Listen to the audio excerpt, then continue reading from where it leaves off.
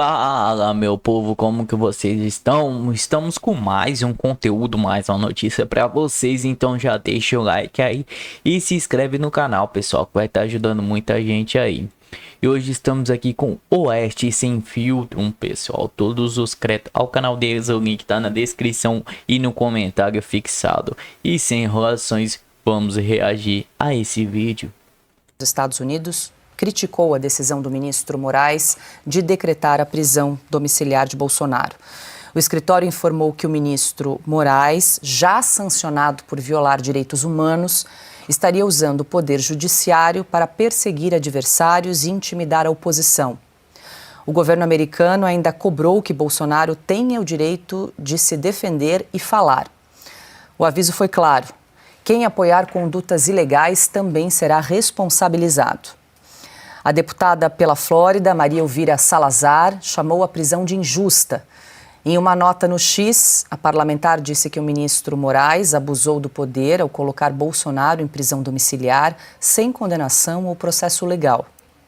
Maria Elvira alertou que o Brasil está perto de virar uma ditadura, onde opositores são calados em vez de serem julgados. O vice-secretário de Estado dos Estados Unidos, Christopher Landau, classificou a prisão domiciliar de Jair Bolsonaro como uma ditadura judicial. Depois da ordem de prisão domiciliar do ex-presidente Jair Bolsonaro, o governo dos Estados Unidos avança para a sanção da mulher do ministro do Supremo, Alexandre de Moraes, Viviane Barci de Moraes, que pode ser incluída num novo pacote de sanções da Casa Branca, que prevêem a suspensão de vistos e aplicação da lei Magnitsky a outros membros do Supremo, policiais e políticos.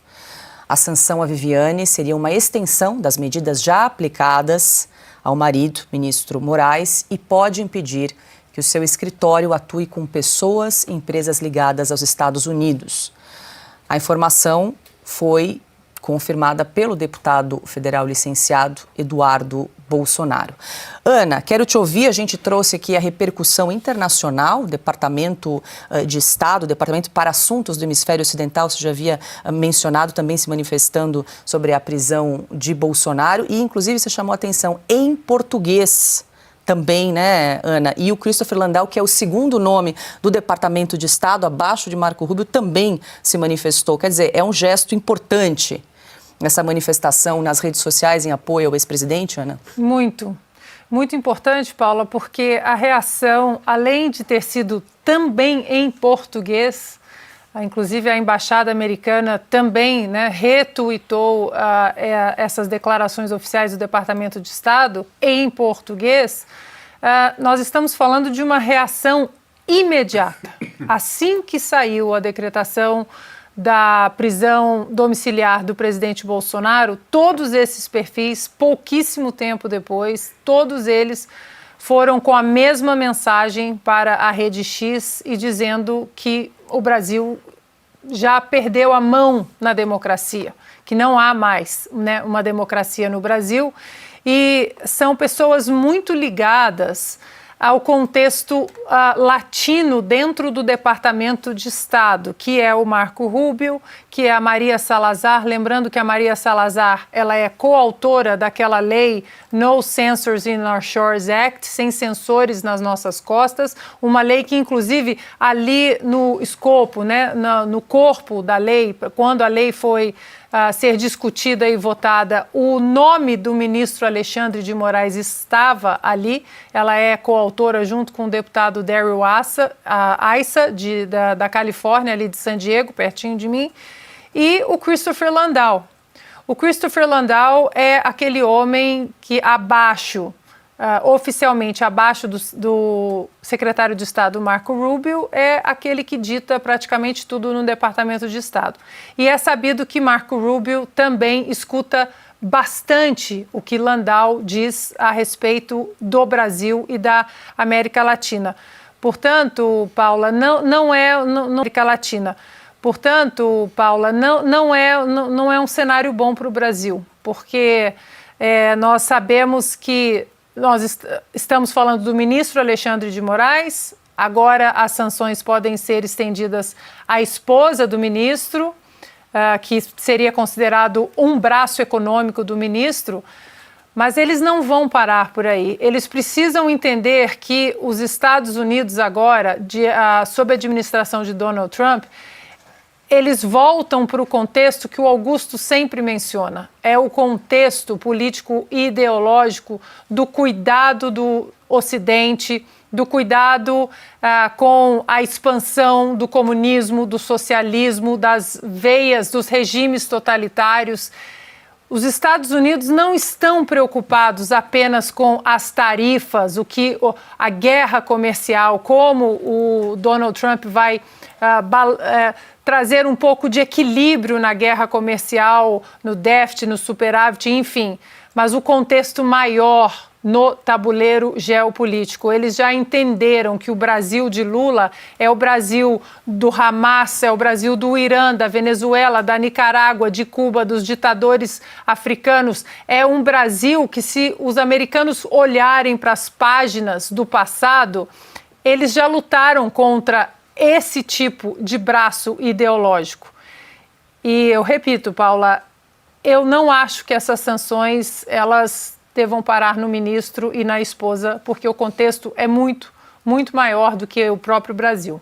Piotr, antes de passar para você, deixa eu trazer o que disse, então, Eduardo Bolsonaro sobre essa possibilidade que os Estados Unidos estariam estudando, então, incluir a mulher de Alexandre de Moraes também na lei Magnitsky. Meus amigos, só para deixar claro uma coisa aqui, não existe qualquer tipo de recuo. Estão sendo veiculadas aí matérias dizendo que o Eduardo Bolsonaro recuou e está pedindo para não sancionar os ministros, que eu não estaria disposto a encará-los. Eu abri mão do meu mandato, eu estou aqui nos Estados Unidos única e exclusivamente para essa pauta. Agora, eu quero chegar a uma possibilidade menos traumática. Eu quero isolar o Alexandre de Moraes. O meu desejo aqui é por justiça, não é por vingança. É por isso que a gente está seguindo um passo a passo. Começou com a retirada dos vistos, depois com a sanção ao FEC. Quem sabe amanhã a esposa do Alexandre de Moraes e outras autoridades venham a sofrer as mesmas sanções. É simplesmente isso. Quem está falando em recuo, quem está falando que eu desisti de colocar adiante outras medidas rigorosas como sanções, está mentindo para você. Tá, então, esclarecimento de Eduardo Bolsonaro sobre possíveis autoridades e ministros que venham a ser incluídos na lei Magnitsky. Piotr. Paula, rapidamente eu só queria voltar a um ponto que a Ana mencionou e me juntar a ela, porque diplomacia e relações exteriores são feitas de gestos e sinais. O gesto foi a mensagem que as autoridades americanas publicaram logo depois, ou publicaram ontem, sobre a prisão domiciliar do presidente Bolsonaro. O sinal foi ser muito rápido, ou seja, eles estão acompanhando tudo e não estão abrindo mão de absolutamente nenhum detalhe. Isso mostra muito o porquê, aí a gente precisa voltar um pouquinho mais atrás, na fundamentação explicada por vários canais do governo americano, só o Departamento do Tesouro, o Departamento de Estado, mais a embaixada que retuita tudo, a própria Casa Branca, ou seja, várias autoridades explicando o porquê da aplicação da lei Magnitsky contra o ministro Alexandre de Moraes. Então, veja só, é uma série de coisas muito bem feitas, organizadas pela lógica de um Estado, explicando o porquê que tomou uma medida tão severa quanto essa. Vale só lembrar, e é sempre bom, a lei Magnitsky coloca um ministro do Supremo Tribunal Brasileiro hoje ao lado da escória do mundo. Os outros sancionados são genocidas, ditadores, criminosos. Bom, o que tem de pior no planeta? Isso não é simples, não pode ser normalizado. Não dá para achar, Não, espera um pouquinho. Houve um embasamento. Quando agora vem essa informação da possibilidade de extensão, é porque, claro, se você fica sem contas, mas você tem lá uma esposa, no caso do ministro Alexandre de Moraes, advogada, pertence a um escritório, enfim, e que pode dar suporte, a ideia é justamente asfixiar aquela pessoa que violou todos os direitos humanos, né? Graves acusações de violação dos direitos humanos. O que pode ajudá-lo a permanecer, obviamente, vai ser também analisado. É uma extensão da aplicação da lei. Simples assim. A prisão é só individual, você só prende o criminoso, mas se alguém que por acaso está conseguindo fazer alguma coisa para que aquela pena seja relativizada, pelo menos em parte, passa a entrar no radar também.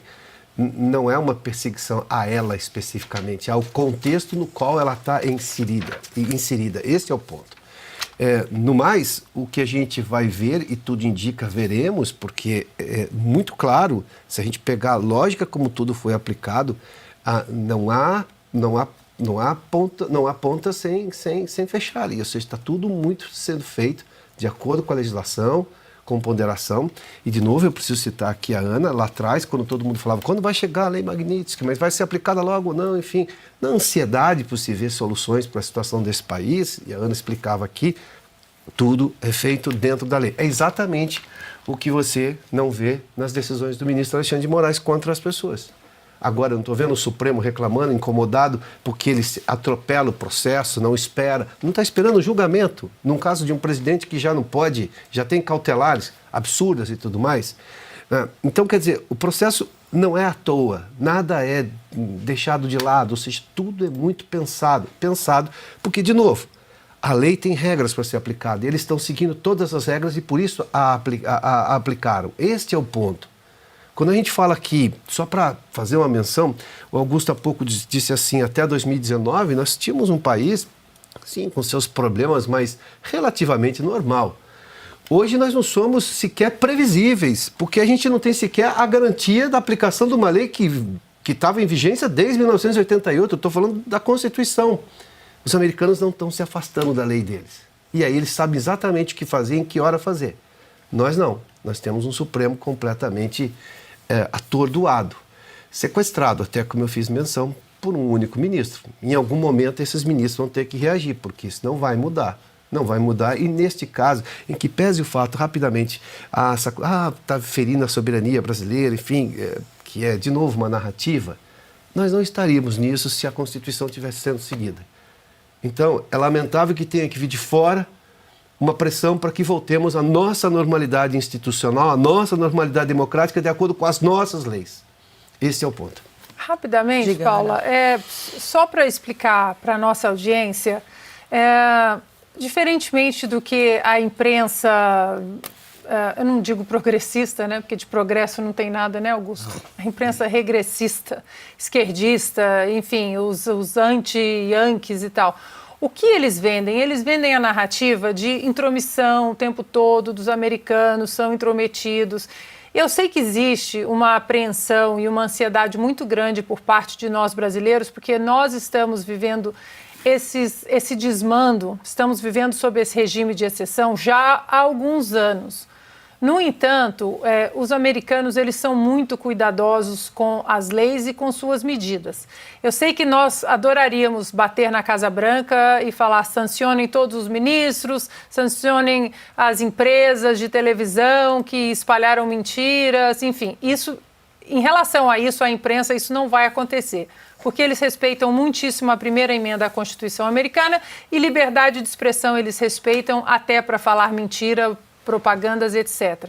Mas no caso da Magnitsky e dos outros ministros e outros políticos também, eles dão a oportunidade de recuo. Eles mostram, esse aqui é o caminho com os documentos que nós temos na mão e há uma possibilidade de recuo de todo e qualquer regime totalitário.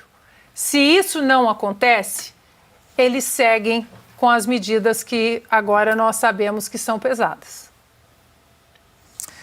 Bom, agora são 18 horas e 38 minutos. A informação pode mudar o futuro de um país. As barras suspeitas e negativas com as pessoas que foram efetivamente presas por ordem do ministro Moraes. Queria que você explicasse um pouco mais em detalhe isso para a gente. Tá bom. Obrigado.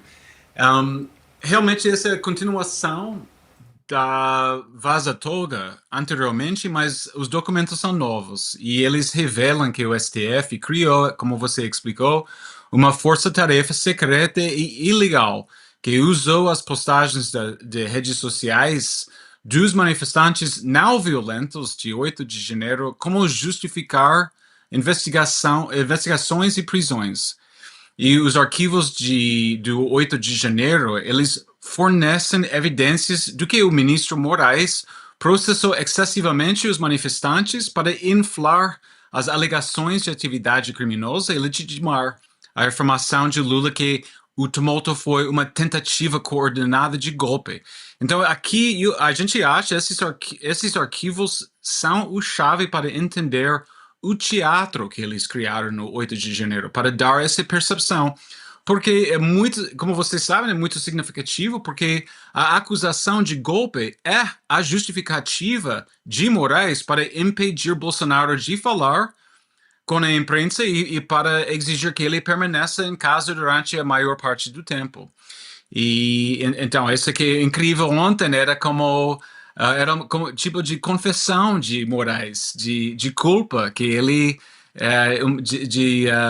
subconsciente, de uma forma que ele por mandar o Bolsonaro para preso da casa, era como dizer, né, que ele estava respondendo a essas revelações do arquivo de 8 de janeiro. Então, eu acho que pode ver tudo o que acontece no mesmo momento. E, bom, eu acho que outro aspecto de aconteceu é que são as vítimas.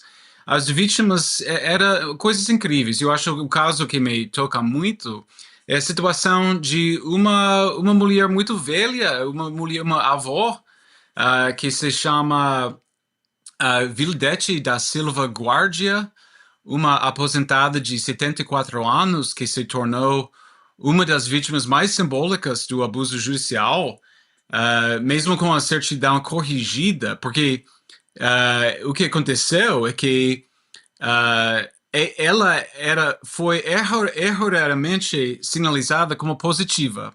Não era positiva, mas minutos depois, a equipe ilegal percebeu que havia confundido ela com outra pessoa e alterou sua classificação para negativa. E mesmo com essa certidão corrigida, ela permaneceu na prisão e só foi libertada 21 dias depois devido a uma hemorragia intestinal grave, né? Ela era muito doente. Então, eu achei uma coisa incrível. Muita gente sabe essa expressão de Joseph Stalin. Ele disse: mostre-me o homem e eu lhe mostrarei o crime. E o que quer dizer? Quer dizer que se o governo de Stalin, comunista de Rússia, se eles queriam prender uma pessoa, eles podiam só inventar uma causa. Não precisava de evidência, não precisava de um processo, só podia declarar uma pessoa criminal e pôr eles e prender eles. Eu achei a mesma coisa aconteceu aqui no Brasil. Agora, Moraes e o STF não funcionava com a lei. Eles funcionavam fora da lei e também numa situação de projeção psicológica. Eles estão acusando o Bolsonaro, os bolsonaristas, da coisa exata do que eles estão fazendo, que é um golpe do Estado. Schellenberger, vou incluir meus parceiros também nessa conversa. Augusto Nunes tem uma pergunta. Schellenberger, boa noite. Prazer falar com você. Eu pergunto para onde você vai encaminhar esse material que você colheu. Fala pessoal, vou estar lendo uma notícia aqui no Conexão Políticas. Ordem de Moraes, prisão de Bolsonaro. Veja tudo o que ele está proibido de fazer a partir de agora. Ex-presidente está proibido de receber visitas sem autorização do STF e usar telefone celular. Somente os advogados têm direito a acesso. Ministro Alexandre de Moraes do Supremo Tribunal Federal decretou nesta segunda-feira, dia 4, a prisão domiciliar por tempo indeterminado do ex-presidente Jair Bolsonaro do PL. A decisão vem acompanhada de um pacote de novas medidas restritivas que ampliam as cautelares já em vigor desde junho desse ano. Além de permanecer com tornozeleira eletrônica, Bolsonaro está proibido de usar telefone celular, não poderá receber visitas sem autorizações imprensas do STF. Apenas advogados e familiares residentes com ele, com a ex-primeira-dama Michele Bolsonaro e a filha do casal podem ter contato direto. Visitantes autorizados não poderão utilizar o celular, tirar fotos ou gravar vídeos. Restrições anteriores também serão válidas, incluindo proibição de manter contato com autoridades estrangeiras e embaixadoras, vedação aos usos de redes sociais, inclusive por meio de terceiros, impedimento de receber investigação em ações ligadas à suposta trama golpista, proibição de aproximar embaixadas com consulados em países estrangeiros. O que motivou a nova decisão, segundo Moraes, é o ex-presidente cumprir as medidas cautelares ao participar remotamente de atos públicos no último domingo, dia 3, por meio de chamadas de vídeos feitas por seu filho. O senador Flávio Bolsonaro publicou um vídeo com a voz do pai falando aos manifestantes na roda do Copacabana, no Rio de Janeiro. Jair Carlos Eduardo Bolsonaro também compartilhou uma mensagem de agradecimento em nome do ex-presidente. A decisão cita especificamente a atuação do Eduardo Bolsonaro nos Estados Unidos, onde é deputado federal atualmente licenciado do mandato, investigado por tentar mobilizar o governo norte-americano comandado por Donald Trump contra ministro do STF. Bolsonaro, por sua vez, é acusado de financiar parte da estadia do filho no exterior por meio de transferência via Pix. Busca e apreensão. A nova decisão de Moraes também autorizou uma operação de busca e apreensão na residência de Bolsonaro, localizada em Brasília. Durante a ação, a Polícia Federal apreendeu o celular do ex-presidente com forma de garantir o cumprimento da proibição do uso de dispositivos de comunicação. Embates políticos e jurídicos. O ex-presidente é réu no Supremo por suposta participação em uma tentativa de golpe de Estado. O julgamento está previsto para ocorrer em setembro deste ano. A escala nas sanções judiciais ocorreu no contexto de crescente tensão entre o judiciário e a oposição após o ato do Bolsonaro pelo impeachment de Moraes, realizado no domingo, dia 3 de dezembro, de cidade de Brasília. Segundo a defesa de Bolsonaro, a decretação da prisão domiciliar surpreende uma vez que houver a violação das medidas cautelares em vigor. A decisão de Moraes ampliou ainda mais o cerco sobre o ex-presidente, que já se encontrava sob recolhimento noturno, uso obrigatório de tornozeleira eletrônica e proibição de sair de Brasília nos fins de semana e feriados deste junho. Que é isso? Então é isso, pessoal. Não se esqueçam de deixar o like e se inscrever no canal, que vai estar ajudando muita gente aí, pessoal. Muito obrigado a todos e até a próxima.